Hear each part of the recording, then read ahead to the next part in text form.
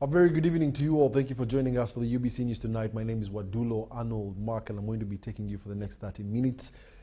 Without further ado, let's take a look at tonight's headlines and then get straight into the bulletin. The news headlines are brought to you by the Deposit Protection Fund of Uganda. Keep your information up to date with your regulated financial institution. Customer deposits are protected up to 10 million Ugandan shillings. Terms and conditions apply. Stories: Nabanja hails OPM staff teamwork as she begins a new term in office. Uganda launches digital platform to combat drug-resistant infections. Minister-designate Lydia Wanyoto vows staff reforms in public service.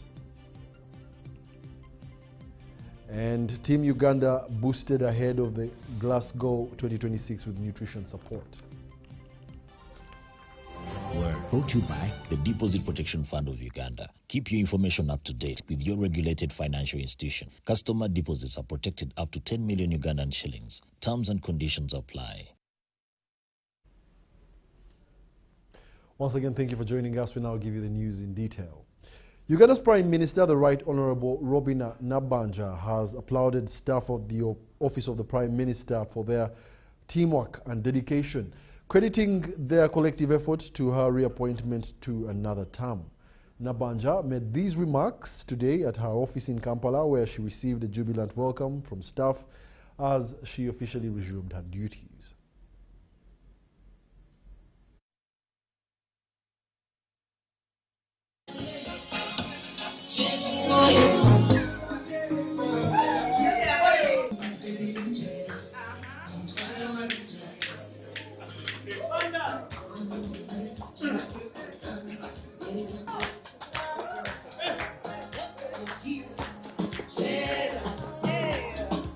On behalf of the Executive Department and on my own behalf, I would like to congratulate you upon your reappointment as Prime Minister of the Republic of Uganda. This achievement was attained due to your hard work, your sacrifice, resilience, and courage amidst a number of challenges. This achievement is not only mine, it's ours. For the first time, government achieved 88% in terms of performance because of you people. We even got awards. I remember we got the award, one of the awards from UN, the award we got from the Africa Female Leader of the Year in 2024. The president also awarded us. Was it 2022?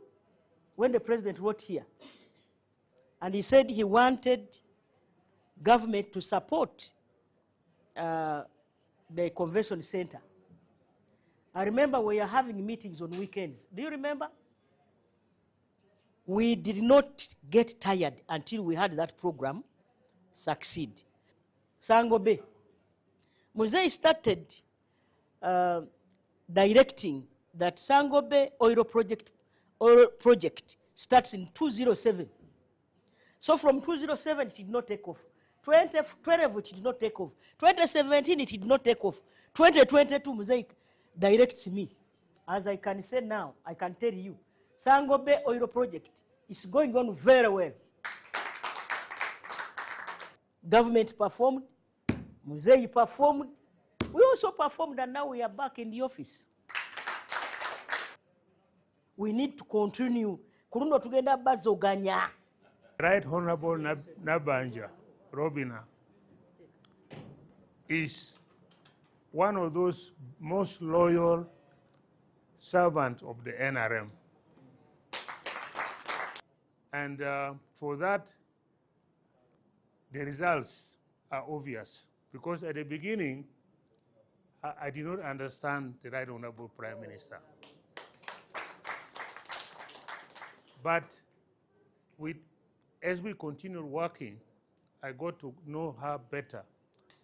And I just told her that I will be her defender. If anybody try to touch. 1, 2, 3.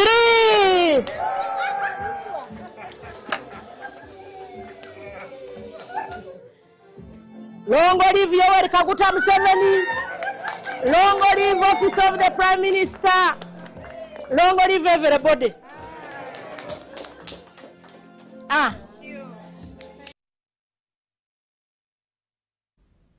Congratulations, the Right Honorable Robina Nabanja. What was once now a busy gateway for trade between Uganda and the Democratic Republic of Congo is now operating under tight health surveillance. At the Mpondwe-Lubiriha border, authorities have heightened Ebola screening measures to prevent the disease from crossing into Uganda. Although no infections have been confirmed in Kasese district, residents and business operators are already feeling the effects, as Ivan Kawa reports. This is Mpondwe-Lubiriha border between Uganda and the Democratic Republic of Congo. Surveillance was heightened following the confirmation of Ebola cases in eastern DRC as part of efforts to prevent the spread of the disease into Uganda. Cargo trucks are the only trucks that are allowed to access the Democratic Republic of Congo and also Uganda. But the driver and the turnman are subjected to thorough screening as they access both Uganda and the Democratic Republic of Congo. And then allowed to move. But for cargo, we are allowing only 2 people to cross to take merchandise. For example, in Bwera here, most people buy gonja, palm oil and other foodstuffs.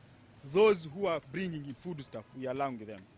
Now, as efforts by the government continue to ensure that they contain the spread of the Ebola disease, people who are coming from the Democratic Republic of Congo to access Uganda, once they reach at this point, there are hand washing facilities put all over.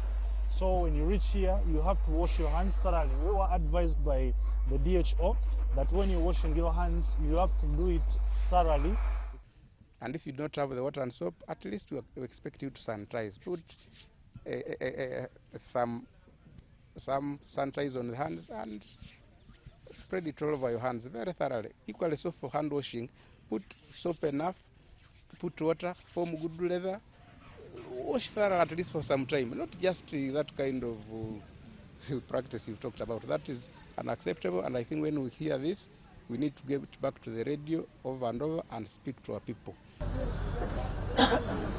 From this specific point, as you enter this room, this is where they check your temperature from. An isolation unit is also in place to handle any suspected cases before referral to Wera Hospital. And when you reach here, when they check your temperature and they suspect something, they bring you to this isolation center. We have a standby ambulance. In an event we get a suspect or anybody presenting with the signs or symptoms of Ebola, we have capacity to isolate at Port Health, but also to transfer the person to Bwera General Hospital, which is our holding ground. As these measures continue, the situation in the area remains generally calm, with the residents carrying on with their daily activities despite reduced cross-border movement and restricted market operation. At the border specifically, the market is not open on Tuesday and Friday. People are not gathering there. Transporters say the restrictions have affected business operations. Long queues of trucks awaiting clearance remain at the border, with drivers reporting losses due to delays caused by enhanced screening procedures. But now that when it is opened already, we have lost a lot of money. We are requesting also the government should intervene. Let us see how we can be compensated on this issue, because we have lost millions of money and this is the common man's money. Merchandise transporters have also expressed concern over restricted movement across the border. Tukutuku bazigana kutwala kago Kongo. Moroka ziri mukuvuga kago zikatutwala kago Kongo naye ffe tebatukiriza kutwala kago. Twebuuza lwaki ffe nga batukutuku. Hata wakikubali, watu wa government wakitukubalia, tukutuku zinakuja, mtu ambaye anaendesha tukutuku anaishia kwa maji na anarudi, mwingine anachukua mpaka Kongo. Inaweza kusaidia, kwani atakuwa hataweza ingia Kongo na yule ambaye anatoka Kongo hataweza ingia Uganda. I live and stay in the community where they are, and we have not said we are going to maybe stop them from operating. We are only saying they should be able to follow the procedures. Kwanza simama.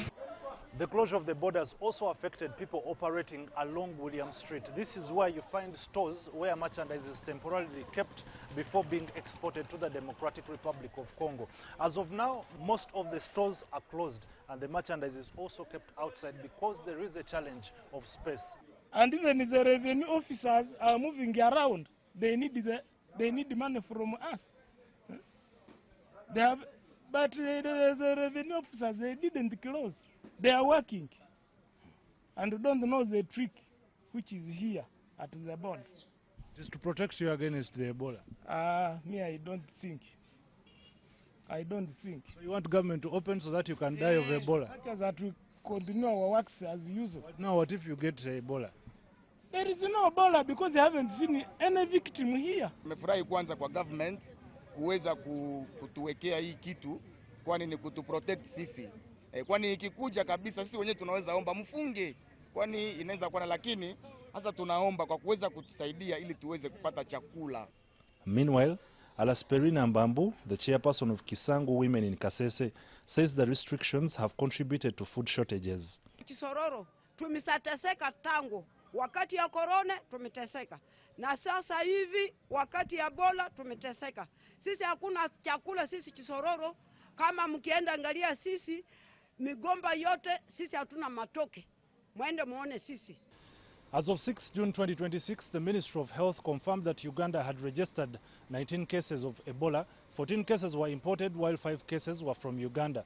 4 people have been discharged, 2 people have died, while 13 remain on admission. You are encouraged to wash your hands thoroughly and avoid crowded places if you can.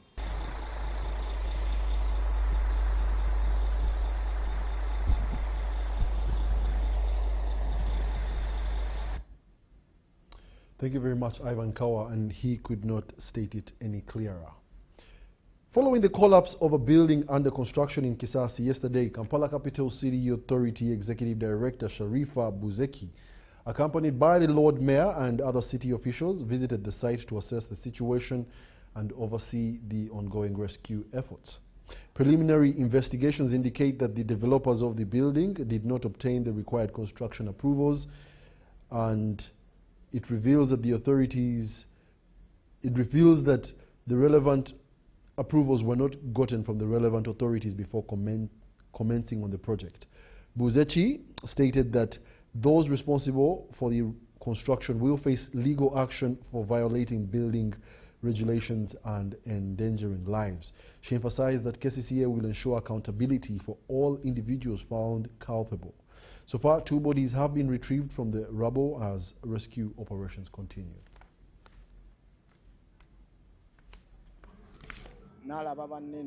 Permission requirements to get permission from KCCA, and because of that, they did not supervise the building well. We are not going to sit. We are going to pursue them, and they are going to be taken to courts of law for not following the procedures and for causing loss of life. We have just retrieved the bodies from the debris, construction debris, and it has been a very bad scene, which we should not repeat anymore. It's unfortunate that these people had no plans and that they were building a night. But there must be someone responsible, and we should make sure that we carry out investigations, thorough investigations, to try those that are responsible. So far, 3 bodies have been recovered at the scene of the building collapse here in Chisota Zone, in Kawempe Division in Kampala. The deceased persons have been identified as Chivumbi Jonathan. There is also one that has been identified as Rasta James. And then there is one that is pending identification. However, the colleagues have identified him only as James. However, investigations are still ongoing. The bodies have been taken to Mulago Hospital mortuary, pending post-mortem.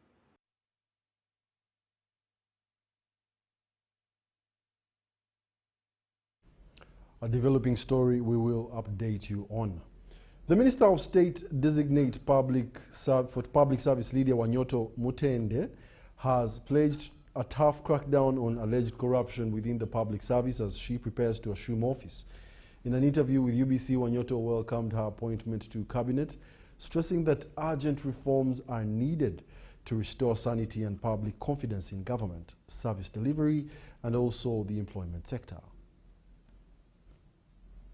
So, for those who are campaigning... Mbali City woman member of parliament Lydia Wanyoto Mutende has been named among the 81 Ugandans recently appointed to cabinet by President Yoweri Kaguta Museveni. I received the news, it was through phone calls at night.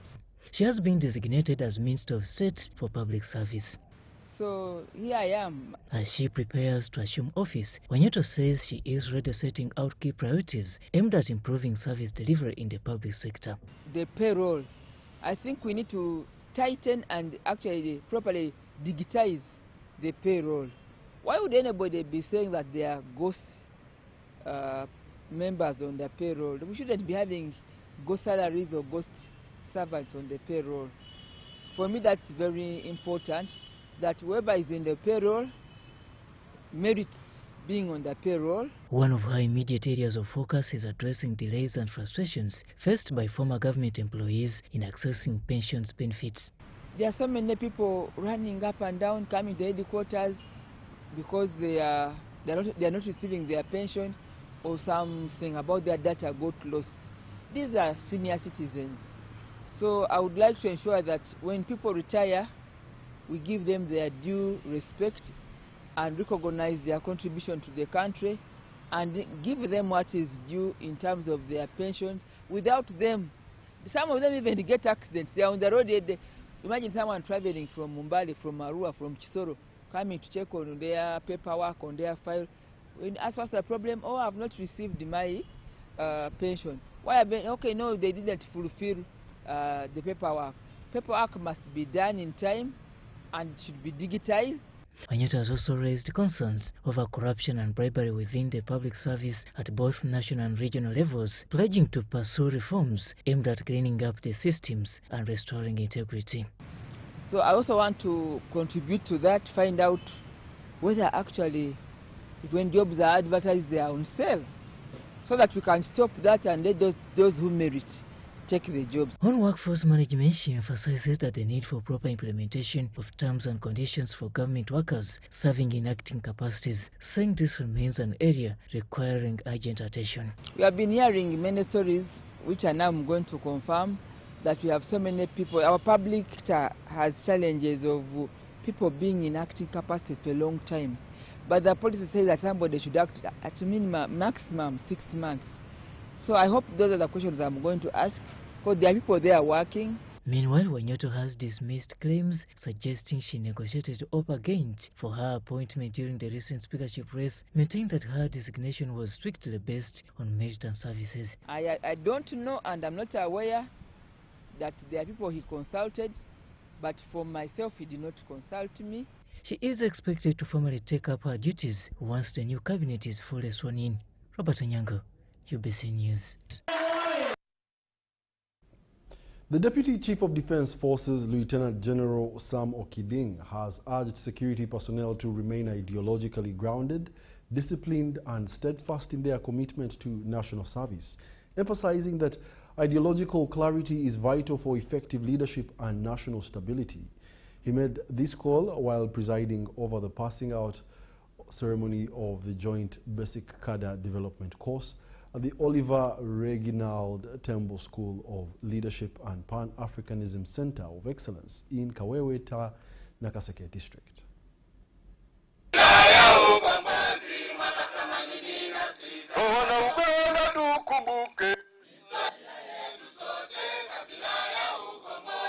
The Deputy Chief of Defense Forces, Lieutenant General Sam Okiding, has commended the Commander-in-Chief of UPDF, His Excellency Yoweri Kaguta Museveni, for what he described as visionary leadership that has transformed Oliver Tambo School of Leadership and Pan-Africanism in Kaweweta into one of the country's leading centers of ideological and leadership development. In everything you do, because it will show you the right path.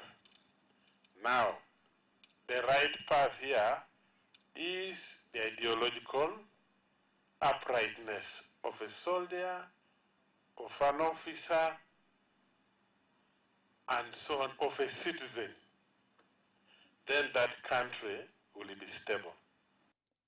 General Okiding emphasized that military training is designed to prepare personnel for future responsibilities in both peace and wartime, anchored on patriotism and strong ideological consciousness. I want to emphasize, especially with the graduates, these two courses were meant to develop your conscience and make you ideologically complete. The commandant was telling you that this is the first injection. Yeah, but at your level, I can't shy to say that you are complete. Today you will leave here when you are complete. Speaking at the same event, Brigadier General Wycliffe Keita, the Joint Staff Training and Doctrine, underscored the importance of the joint training in promoting unity and cohesion among Uganda's security agencies. Of the Uganda security forces, i.e. the UPDF, police, and all the others, but you're going to live here as one cadre, and that unity is strength. It is the UPDF way. It must be the way of all our services. The commandant of Oliver Tambo School of Leadership and Pan-Africanism, Brigadier General Justice Rukundo, also addressed the gathering. Ideologically clear and politically conscious commissars who are change agents and are dependable, reliable, and deployable. I now therefore take this opportunity to declare all the students of both courses are passed out and all the courses closed. Haruna Mtesasira, UBC News.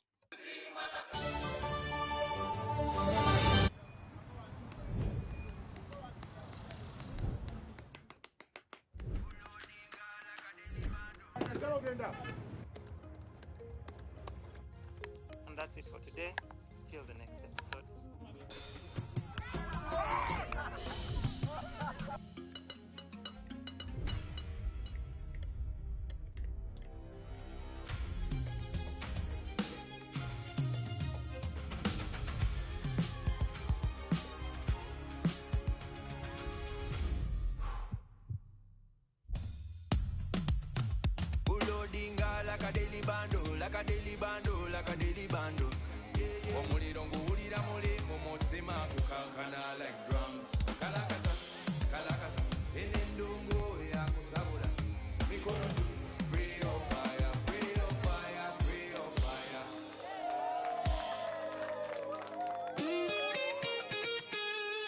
Makere Institute for Social Development, a certified institution for higher learning, invites applicants for certificates and diploma courses like accounting and finance, procurement, journalism, tailoring and fashion design, with many other skills-tailored courses. Our institution is compliant. First of all, it is recognized by National Council for Higher Education. We are certified. The registration number is UBB 187. Tested and tried since 1995, Makere Institute for Social Development is your solution when it comes to quality education. You may apply for January, May, August intakes. Find us along Sir Apollo Kagwa Road, opposite Makere University Sports Ground. Our tuition is affordable with the state-of-art facilities. Early birds stand a chance to grab themselves bursaries. MISD or Makere Institute for Social Development, facilitating your career.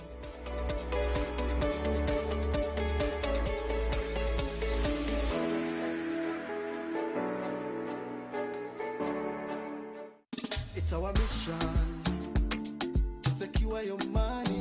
Protecting your money is as important as earning it. It is for this reason that the Deposit Protection Fund of Uganda, DPF, was established by the government of Uganda to provide deposit protection to customers of regulated financial institutions. In the unlikely event that your commercial bank, credit institution or microfinance deposit-taking institution fails, the DPF will pay you up to 10 million Uganda shillings. Keep your personal information such as national identification number, mobile phone, or an alternative bank account updated with your banker. Terms and conditions apply. For more information, contact DPF at Aha Towers, Plot 7 Lodell Road, Kampala. Call 0312-206-400 or visit our website at www.dpf.or.ug.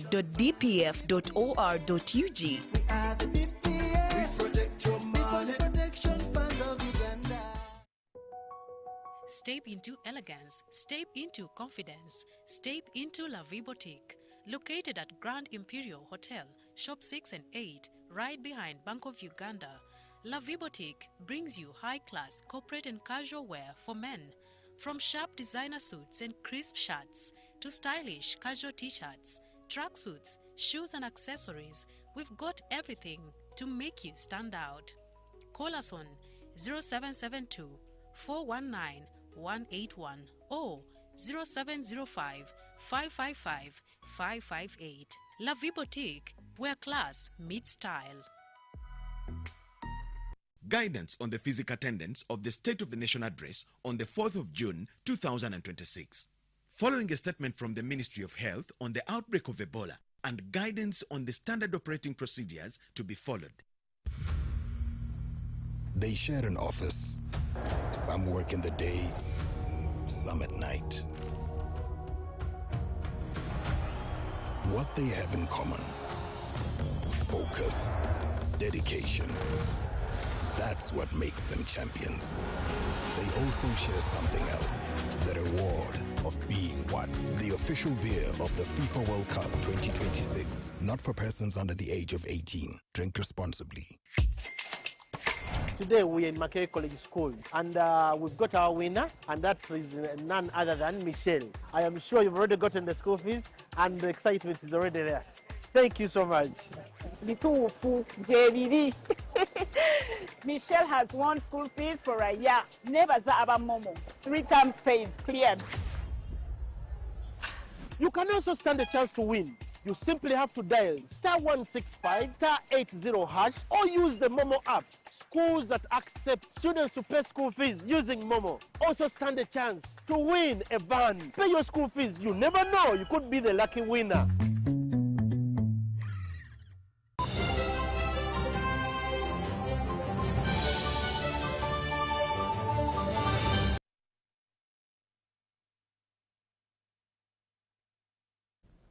Welcome back. You're still watching the UBC News Tonight. Uganda has launched a new national digital surveillance platform to track and fight drug-resistant infections, an urgent move as antimicrobial resistance now claims an estimated 26,000 lives each year. The Ministry of Health, working with Makerere University, says that the system will strengthen early detection, monitoring and response to what is fast becoming one of the country's most dangerous public health threats. Antimicrobial resistance, commonly known as AMR, occurs when bacteria, viruses, fungi, and parasites no longer respond to medicines designed to treat them, making infections harder and sometimes impossible to cure. To strengthen Uganda's response, the Ministry of Health, in collaboration with Makerere University, has launched the National Interoperable Antimicrobial Resistance Surveillance Platform, also known as NIAMR. The digital platform is expected to improve the collection, sharing and analysis of AMR data from both human and animal health sectors. Officials said this will enable faster detection of resistant infections and support informed decision-making.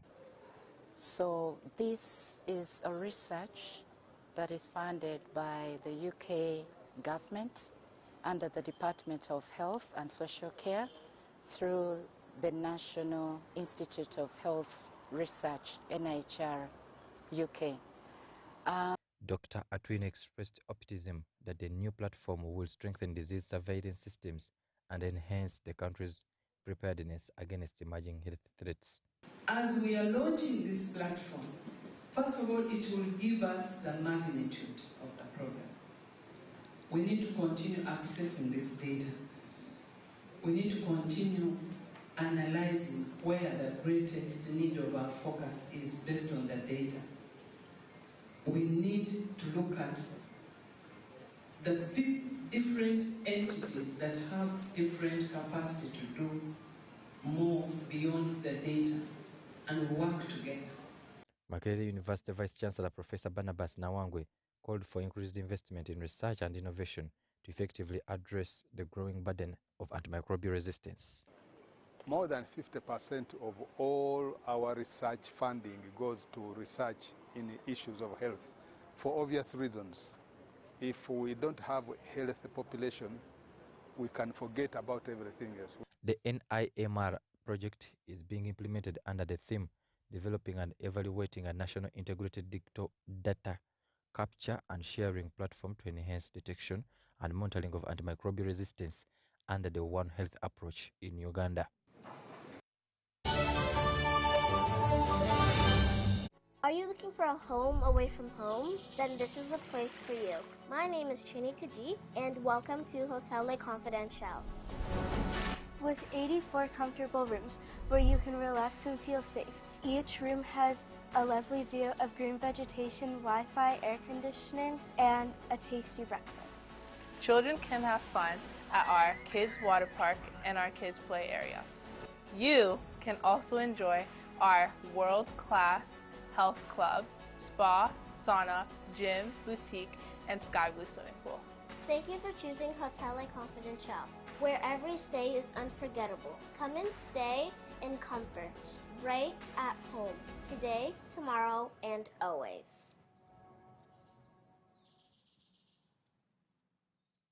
Uganda, it's time to move for a cause. Join the Olympic Day Tokyo Run 2026 on 20th of June in Bushenyi under the theme Move, Learn and Discover for Nutrition Care. Choose your challenge, 5 km, 10 km or 21 km, and take part in a nationwide movement promoting nutrition, wellness and hope. Every step supports Ugandan athletes on their road to Dakar 2026.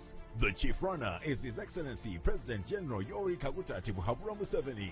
Get your official run kit today for only 35,000 Uganda shillings. Powered by Toke and the Presidential Initiative on Banana Industrial Development in partnership with Uganda Olympic Committee. Run for nutrition. Run for Uganda. Call or WhatsApp 0782 009 302 or 0774 450 125.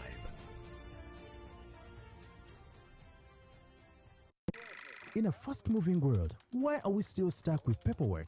Signing here, stamping there, moving from office to office. It's exhausting. Now, there's a better way. With UGPass, you can securely prove your identity, sign documents, and access government services anytime, anywhere. No delays, no stress. Everything is instant, safe, secure, and government-backed. UGPass, your identity secured. Available in the Apple App Store and Google Play Store. UGPass is a product of NITA Uganda.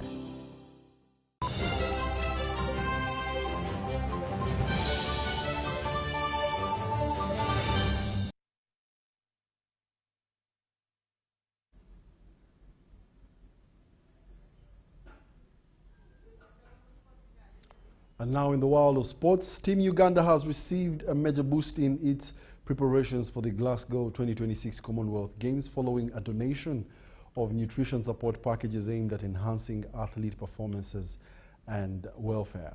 The support was provided by the Banana Industrial Research and Development Center through its Toke brand. Let's take a look. The nutrition support was officially handed over during an event at the UOC offices in Lugogo that was attended by representatives from several sporting disciplines, including athletics, boxing and basketball, reflecting the growing momentum in Team Uganda's preparations for the Glasgow 2026 Commonwealth Games. I'm too excited, being my first time to participate in the Commonwealth Games. I don't take this for granted. I just count myself among the lucky ones, and due to that, with the help of the Toke products, I believe it's going to help me in my preparations, and in this case, we just hope for the best in this competition, yes. It is so exciting to be part of the Commonwealth Game because this is a competition that every elite athlete or or person looks at to compete in. It's one of the biggest stage we are looking at to be in. And I'm really excited to go represent the country as well. Speaking of the event, Uganda Olympic Committee and Commonwealth Games Uganda President Dr. Arnold Wadulo underscored the importance of athlete welfare and discipline in achieving success on the international stage. He noted that proper nutrition is a key component of athlete preparation and said the support from Toke will strengthen Team Uganda's readiness for the Games. Dr. Wadulo also urged athletes to remain focused, uphold integrity and continue working hard as they prepare to represent the country. On behalf of the athletes, Shidaleni expressed confidence in Team Uganda's preparedness, assuring that athletes are committed to competing with determination, courage, and pride. And I think we have a good team. Right now we're just 3 people, but we're expecting players to come in and Lazy as well.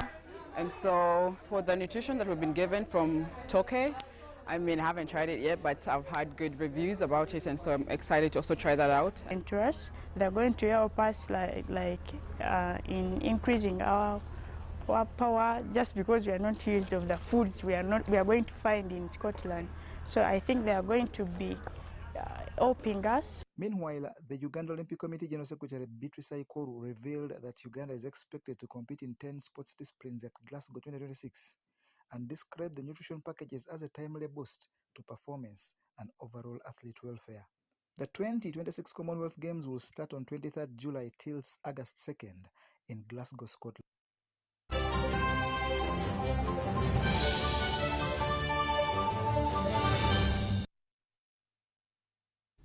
And that brings us to the end of our UBC News Tonight 8 o'clock edition. Join us later at 10 p.m. for another bulletin. My name is Wadulo Arnold Mark, and up next is the weekly business roundup with Maureen Babidia.